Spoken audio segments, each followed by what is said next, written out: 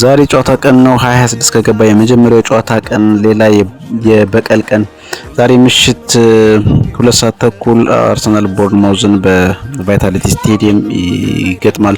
ባለፈው አመት በዚህ መርሃ ግብር አርሰናል 2-0 ነበር የተሸነፈው። ዊሊያም ሳሊባ 30ኛው ደቂቃ ላይ በቀይ ካርድ ከሜዳ ተወግዶ ነበር። እንደምታወሰው በዛ ጨዋታ 2-0 ተሸንፎ ነበር። ኤሚሬትስ ላይ እንደተሸነፈ ይታወሳል።